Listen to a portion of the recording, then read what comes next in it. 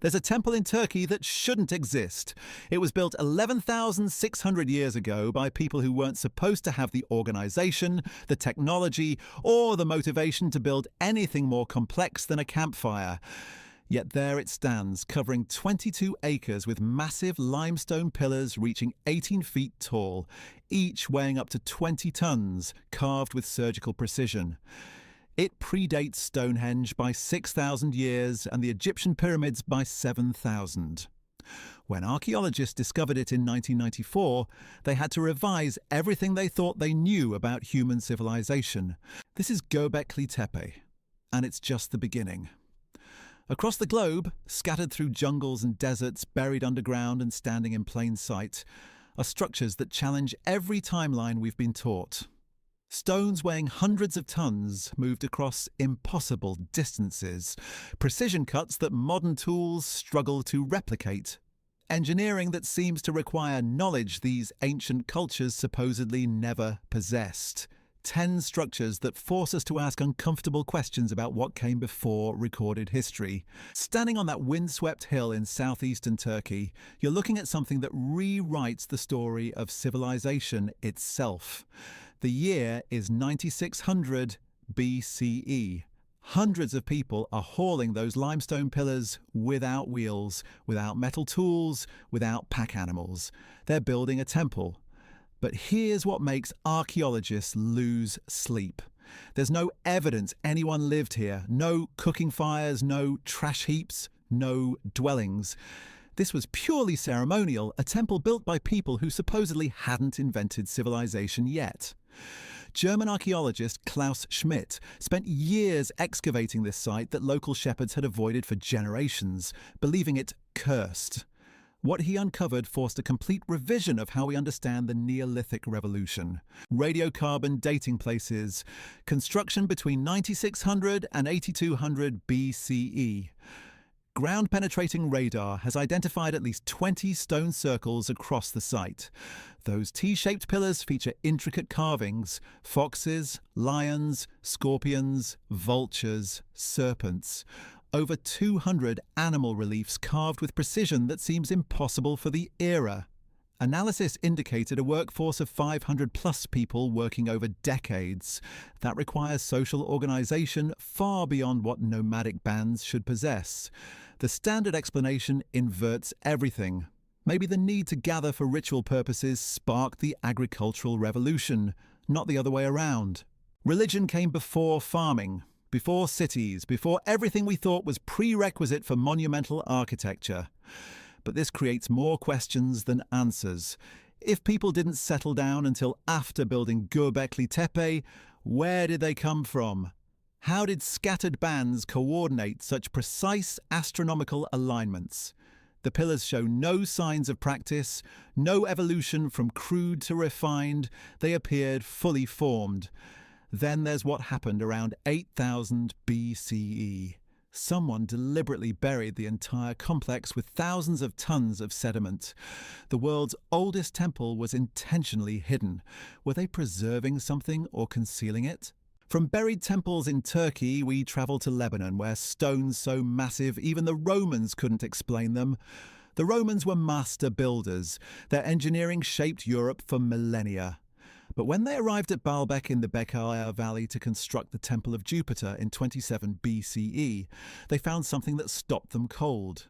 A platform made of stones so enormous, so perfectly fitted, that they simply built their temple on top. They never moved the foundation. They couldn't. The trilithon consists of 3 limestone blocks, each 64 feet long, 14 feet high, and 12 feet wide. Conservative estimates place each block at 800 tons. Some researchers claim 1,200. These blocks are fitted together with joints so tight a knife blade won't fit between them. Half a mile away in the quarry lies the stone of the pregnant woman, weighing 1,000 tons, partially cut but never moved. A 4th stone discovered in 2014 weighs an estimated 1,650 tons. Here's what doesn't make sense. Roman construction techniques documented by Vitruvius mention nothing capable of moving 800-ton blocks. The platform is raised 25 to 30 feet above ground level, requiring lifting as well as horizontal transport. There are no tool marks, no lever holes, no inscriptions on the trilithon blocks. The construction method is completely unknown. Engineers have calculated that moving an 800-ton stone on rollers would require 40,000 to 60,000 workers in perfect coordination. The terrain between quarry and site includes slopes and uneven ground. And if the Romans accomplished this feat, why didn't they document it? They celebrated every major engineering achievement. Trajan's Column, the Colosseum, the Pantheon, all recorded in stone and text. But Baalbek's foundation goes unmentioned. Silence. Could the megalithic platform predate all known civilizations in the region? The Roman temple may have been built atop a much older sacred site, revered but not understood even by Rome's finest engineers. Now shift your perspective to the highlands of Bolivia, 12,800 feet above sea level. At Pumapunku in the Tiwanaku archaeological complex, you'll find something that baffles modern engineers. Pick up one of the scattered stone blocks and examine it closely. Perfectly flat surfaces, accurate to within 0.02 inches. Drill holes with diameters so uniform they look machine-made. Interlocking angles that fit together like precision-engineered components. These aren't rough-hewn stones. Some weigh over 130 tons, carved from red sandstone and andesite, one of the hardest stones on Earth. The people who made them supposedly had no writing system, no wheeled vehicles, and only bronze chisels. Bronze doesn't cut andesite. It's too soft. The blocks exhibit drilling holes with perfect circular symmetry and uniform depth. Flat surfaces measured with laser levels show tolerances within 0.02 inches, 50 microns. That's modern machining standards. Interlocking H-blocks feature mortise and tenon joints carved in 3 dimensions. No chisel marks are visible under microscopic analysis. The nearest andesite quarry is over 50 miles away across Lake Titicaca. Transport method unknown. The site shows signs of catastrophic destruction, massive stones scattered as if by earthquake or flood. Mainstream dating places the Tiwanaku culture between 500 and 1000 CE, but geological erosion on the stones suggests much greater age. Experiments by engineers have failed to replicate the precision using copper tools and sand. Even the Incas 500 years later couldn't duplicate this level of craftsmanship. Their stonework at Sacsayhuaman is impressive but crude compared to Pumapunku's precision. Some researchers suggest the stones show evidence of diamond-tipped drilling or some lost technique involving vibrational or chemical softening of stone. If geological erosion analysis is correct, the site could predate the accepted timeline by thousands of years. But Pumapunku isn't the only place where ancient precision defies explanation. Travel northwest to Peru, where another impossible feat of engineering sits on a mountainside overlooking Cusco. Sacsayhuaman. 3 massive walls zigzag across the hillside in perfect parallel lines. The stones here make Pumapunku look almost conventional. Individual blocks weighing up to 200 tons, some estimates pushing 1,800 tons, fitted together with such precision that 5 centuries of devastating earthquakes haven't budged them. The Spanish conquistadors who first saw these walls in the 1500s were convinced they were the work of demons. No human could have carved and fitted stones like this. Each block has a unique, irregular shape with multiple faces and angles, yet they interlock perfectly. You can't slide a knife blade between them. You can't fit a piece of paper in the joints. The blocks have rounded corners and edges, not the sharp angles you'd expect from chisel work. They lean inward slightly, adding stability. When earthquakes strike, the stones literally dance, moving independently, then settling back into their original positions. Modern engineers call this seismic isolation. The Incas supposedly achieved it without understanding physics.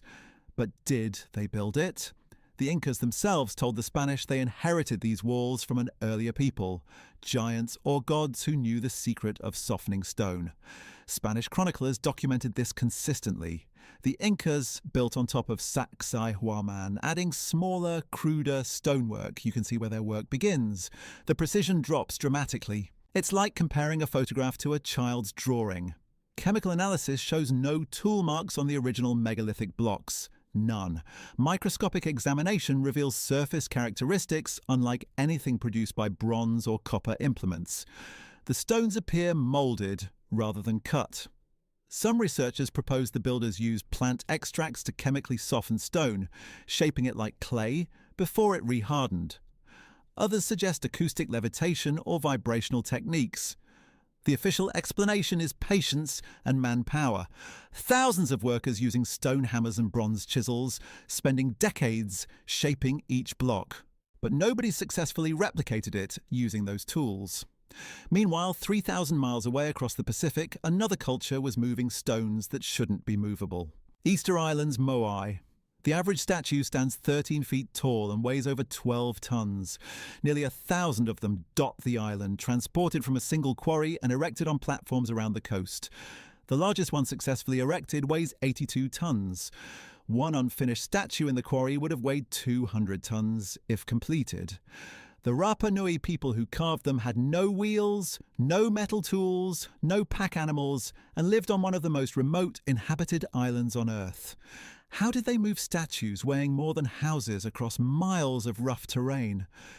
For decades, archaeologists proposed sleds, rollers, and hundreds of workers. Then in 2012, researchers built a full-scale replica and proved something remarkable. The statues walked by attaching a row, pests to the head and base, and rocking the statue forward in a controlled fall. Just 18 people moved a 5-ton replica 100 meters in 40 minutes. The statue's center of gravity and D-shaped base made it naturally stable in this walking position. The oral traditions were literal. The ancestors said the Moai walked to their platforms, and they actually did. This solved one mystery, but created another. Why did the Rapa Nui put so much effort into carving and transporting these statues? The island's ecosystem collapsed. They deforested the entire island, depleted soil fertility, and their population crashed from 15,000 to just 2,000 by the time Europeans arrived. They knew what was happening. They kept carving anyway. What compelled them? Now descend beneath the earth. In 1963, a Turkish man renovating his basement in the Cappadocia region knocked down a wall and found a tunnel. That tunnel led to another, then another. He discovered Derinkuyu, an underground city extending 18 stories and 280 feet deep, capable of housing 20,000 people. The city includes living quarters, stables, churches, wine presses, ventilation shafts, wells, and defensive features. 1,000-pound stone doors could be rolled across passages from the inside only. Over 15,000 ventilation shafts, most just 4 inches wide, ensured fresh air reached even the lowest levels. Someone excavated millions of cubic feet of volcanic rock by hand. The conventional timeline places construction around 700 BC by the Phrygians, or possibly the Hittites around 2000 BC. But those dates are based on pottery and artifacts found inside, not the excavation itself. The tunnels could be far older, reused by successive civilizations who added their own modifications. Why build an entire city underground? The standard answer is defense against invading armies. Close the stone doors, retreat underground, wait out the siege.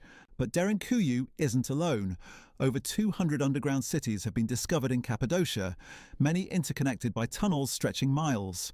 That's not defensive architecture. That's an alternative civilization living beneath the surface. What were they hiding from? Some researchers point to ancient texts describing catastrophic events, sky fires, and the need to retreat underground for extended periods. Could these cities preserve memory of a time when the surface became temporarily uninhabitable? The precision and scale suggest capabilities beyond what we attribute to Bronze Age cultures. Meanwhile, in India, another impossible structure challenges everything we think we know about ancient construction. The Kailasa Temple at Ellora Caves. Imagine approaching a cliff face, then excavating downward, removing 200,000 tons of solid rock to reveal a freestanding temple carved from a single piece of stone. That's Kailasa. The builders started at the top and worked down, carving courtyards, halls, chambers, pillars, statues, and intricate reliefs from the living rock. Traditional construction builds up. This carved down. The temple stands 100 feet tall. It's twice the size of the Parthenon.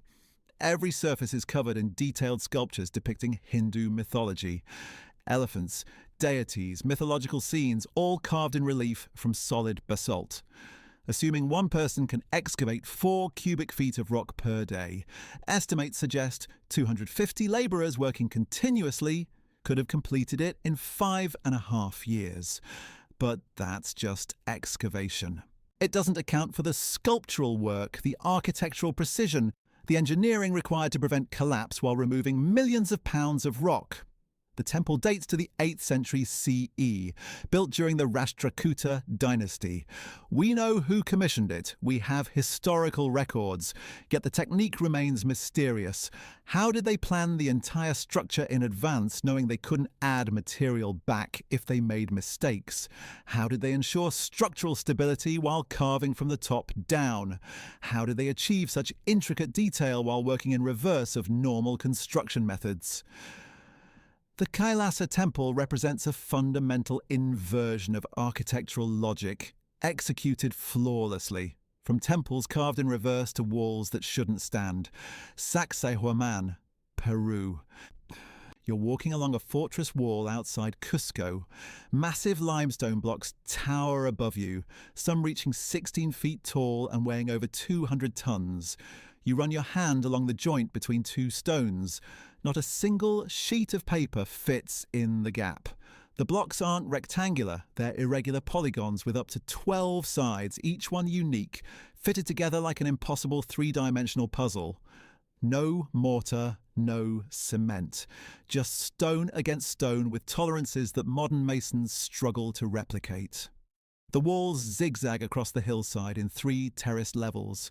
Spanish conquistadors who saw them in the 1530s thought they were built by demons because humans couldn't possibly move stones that large. They were partially right about the impossibility. These blocks were transported from quarries over 20 miles away, across valleys and up steep mountain slopes. Some weigh as much as a fully loaded semi-truck. Here's what makes engineers uncomfortable. The blocks aren't just stacked, they're interlocking in 3 dimensions with rounded corners and inward-leaning walls. This design has allowed Sacsayhuaman to survive devastating earthquakes that leveled Spanish colonial buildings in Cusco. The stones shift slightly during tremors, then settle back into place. It's earthquake-proof architecture from a civilization we're told didn't understand advanced engineering. The precision is what stops you cold. Researchers have measured the joints with laser instruments. The gaps between stones average less than 0.5 millimeter. That's tighter than most modern construction. The stones aren't uniform shapes that could be mass-produced. Each one is custom cut to fit its specific position, requiring the builders to visualize the entire wall structure in advance. The Inca are credited with construction around 1400 CE. They left no written records explaining their methods. Spanish chronicles describe thousands of workers hauling stones using ropes and human power, but they never explain how the Inca achieved precision cutting or fitted irregular polygonal blocks so perfectly. Alternative researchers point out something curious. The lowest, oldest courses use the massive polygonal blocks with impossible precision. The upper levels added later by the Inca use much smaller, rectangular stones with visible mortar. It's as if the Inca were building on top of something they found, something they couldn't replicate. Could Sacsayhuaman's foundation predate the Inca? Could they have inherited these walls from an earlier culture? The questions multiply when you look at similar construction across Peru. The same technique appears at Ollantaytambo, Machu Picchu, and dozens of other sites, all featuring massive stones fitted with impossible precision, all attributed to the Inca. Yet the Inca themselves, according to some Spanish chronicles, claimed they didn't build the oldest megalithic structures. They said the walls were there when they arrived, constructed by the gods or by earlier peoples whose names were forgotten. From Peru's mountains, we crossed the Pacific to an island where statues walked. Easter Island's Moai. The volcanic island sits 2,300 miles from the nearest continent, one of the most isolated, inhabited places on Earth. When Dutch explorers arrived on Easter Sunday, 1722, they found something impossible. Nearly 900 giant stone statues scattered across the island, some standing on platforms, others lying unfinished in quarries. The statues averaged 13 feet tall and weighed over 13 tons each. The largest completed moai stood 33 feet tall and weighed 82 tons. Here's what shouldn't be possible. The island had maybe 3,000 inhabitants when Europeans arrived, living in a deforested landscape with limited resources. Yet someone had carved these massive statues from volcanic tuff using primitive stone tools, transported them miles across rough terrain and erected them on platforms. The island had no wheels, no metal tools, no pack animals, and by the time Europeans arrived, no trees large enough to use as rollers. The moai aren't crude totems. They're sophisticated sculptures with detailed features representing ancestral chiefs. Nearly half remain in the Rano Raraku quarry in various stages of completion. Walking through that quarry, you see the entire production process frozen in time. Partially carved statues still attached to bedrock. Finished statues lying on slopes. Abandoned projects suggesting sudden work stoppage. How did the Rapa Nui people move these giants? The islanders' oral traditions say the moai walked to their platforms. For centuries, that was dismissed as mythology. Then, in 2012, researchers tried something radical. They built a replica moai and tested whether it could literally walk. By attaching ropes to the head and base and rocking it forward in a coordinated rhythm, a team of 18 people moved the 5-ton replica 100 meters in 40 minutes. The statue walked upright, exactly as the legends described. The engineering is elegant. The moai's centre of mass is positioned so it naturally tilts forward when pulled. The broad base and forward-leaning design create stability while allowing rocking motion. It's not brute force, it's physics. But this explanation only works for moving the statues. It doesn't explain how 3,000 people on a resource-poor island organised the labour to carve 900 massive sculptures. It doesn't explain the astronomical effort required when basic survival was challenging. And it definitely doesn't explain why. What drove an isolated culture to devote such enormous resources to statue building instead of agriculture or infrastructure? Some researchers point to the timeline. Pollen analysis and radiocarbon dating suggest Easter Island was once covered in forests. The Rapa Nui cleared the trees, possibly using logs as rollers for moving moai. By the time Europeans arrived, the forests were gone, the soil was eroding and the population had crashed. The moai may have contributed to ecological collapse. The island became a cautionary tale about resource depletion. But that doesn't explain the precision of the carving or the engineering sophistication. The Rapa Nui developed complex stoneworking techniques in isolation, creating statues that required understanding of weight distribution, balance, and transport mechanics. They did it without metal tools, without wheels, without any cultural exchange with advanced civilizations. They reinvented megalithic construction independently. Or did they? Some researchers ask whether the Rapa Nui inherited knowledge from earlier Pacific voyagers. Polynesian navigation was extraordinarily sophisticated. They crossed thousands of miles of open ocean using stick charts and celestial navigation. Could they have carried stoneworking traditions from Southeast Asia or South America? Could the moai represent the tail end of a broader megalithic tradition that once spanned the Pacific? The statues stand in silence. Some toppled during clan wars, others re-erected by archaeologists, all of them pointing inland, watching over the island with empty eye sockets. They're monuments to human ambition, and perhaps to its limits. They prove ancient people accomplished what modern assumptions say they couldn't. They also raise uncomfortable questions about what else we've underestimated. From isolated islands, we return to the beginning, to the structure that started this investigation, the Great Pyramid of Giza. The Great Pyramid of Giza. 2.3 million limestone blocks, 6 million tons total. Built 4,500 years ago when copper was the hardest metal available and the wheel hadn't reached Egypt yet. The sides align to true north, south, east and west with precision that baffles modern surveyors. The base is leveled to within 2 centimetres across 13 acres. Here's what makes it impossible. Each block weighs 2.5 tons on average. The granite blocks in the King's Chamber weigh 80 tons each. They were quarried at Aswan, 500 miles away, floated down the Nile, then lifted 300 feet into the air and positioned with millimetre accuracy. The construction timeline compounds the impossibility. Egyptologists estimate it took 20 years to build. That's 2.3 million blocks in 730,000 days. Do the math. Workers would need to quarry, transport, and precisely place one block every 2 minutes, working 10 hours a day, every single day, for 2 decades straight. The standard explanation relies on massive organised labour. Recent excavations revealed workers' villages near the pyramids. Evidence shows they were paid labourers, not slaves, fed on bread and beer, working in rotating shifts. A construction management study estimated 13,000 workers on average, peaking at 40,000 during intensive phases. They built canals and harbours to deliver materials directly to the construction site. They used copper tools, wooden sledges, and engineering knowledge passed through generations. But copper doesn't cut granite efficiently. Modern experiments show it takes hours to make shallow cuts.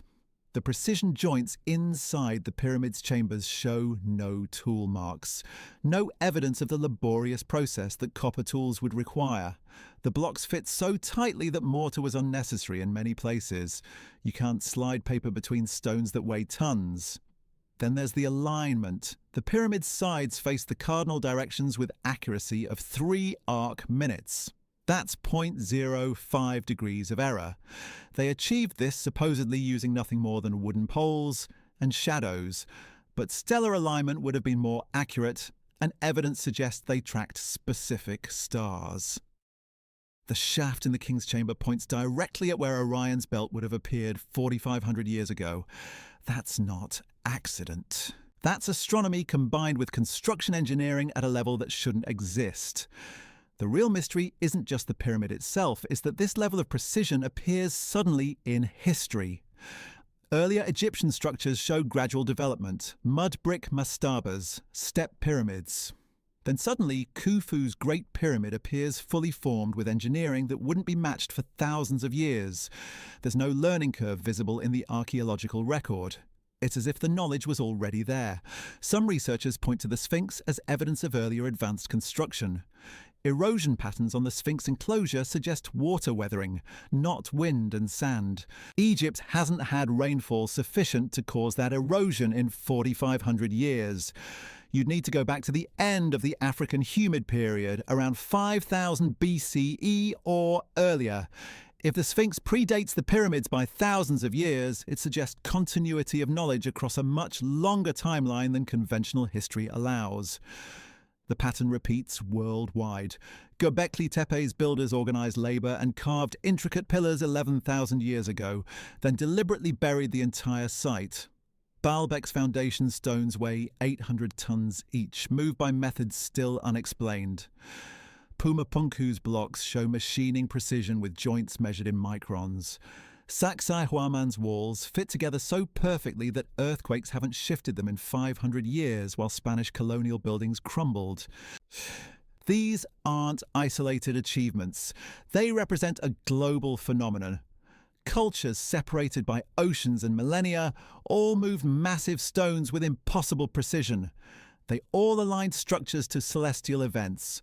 They all left behind monuments that modern technology struggles to explain. The standard explanation treats each site as independent invention, different cultures coincidentally developing similar advanced techniques through trial and error. But what if it wasn't coincidence? What if these sites preserve fragments of shared knowledge, techniques passed down from an earlier era when such construction was understood differently? The flood myths that appear across every continent aren't just stories. They're memory. Memory of when coastlines were different, when the world was different, when perhaps knowledge was different. The academic resistance to this idea isn't about evidence. It's about framework. Accepting that advanced construction techniques existed earlier than currently believed means rewriting timelines, reconsidering assumptions, acknowledging that human capability might not follow the neat linear progression from primitive to advanced that textbooks present. It means accepting that history has gaps, that knowledge was lost, that civilizations rise and fall in cycles rather than straight lines. The stones themselves don't care about academic politics. They sit where they were placed, precisely aligned, impossibly heavy, silently challenging every assumption about what ancient people could or couldn't accomplish. They force uncomfortable questions. If they could do this, what else could they do? If this knowledge existed, what happened to it? And most importantly, what else are we missing because we stopped looking once we found an explanation that fits our expectations? You've seen 12 sites now, temples that predate civilization, stones that shouldn't have been movable, precision that shouldn't have been achievable, alignments that shouldn't have been known. Each one individually is remarkable. Together, they form a pattern that conventional archaeology struggles to address without invoking either superhuman effort or explanations that sound uncomfortably like the fringe theories it dismisses. The truth sits somewhere between mainstream conservatism and alternative speculation. Ancient people weren't primitive, they weren't less intelligent. They simply worked within different frameworks with different priorities, using techniques that haven't fully survived into the written historical record. They moved stones we struggle to move. They achieved precision we struggle to match. They organized labor on scales we find difficult to imagine, not because they had lost technology or outside help, but because they devoted resources, time, and collective will to projects we no longer prioritize. The pyramids still stand. The megaliths remain positioned. The precision endures. And every year, new dating techniques, new excavations, new analyses push some of these structures further back in time, making them older, more sophisticated, more challenging to explain within existing frameworks. The story of human achievement isn't finished being written. It's being rewritten one impossible stone at a time. The question isn't whether ancient people could accomplish these feats. They did. The evidence sits in stone, measured and documented, defying comfortable explanations. The question is what that means for everything else we think we know about the past. Maybe human civilization doesn't follow the neat progression we've mapped out. Maybe knowledge accumulates, gets lost, resurfaces, disappears again across cycles that dwarf written history.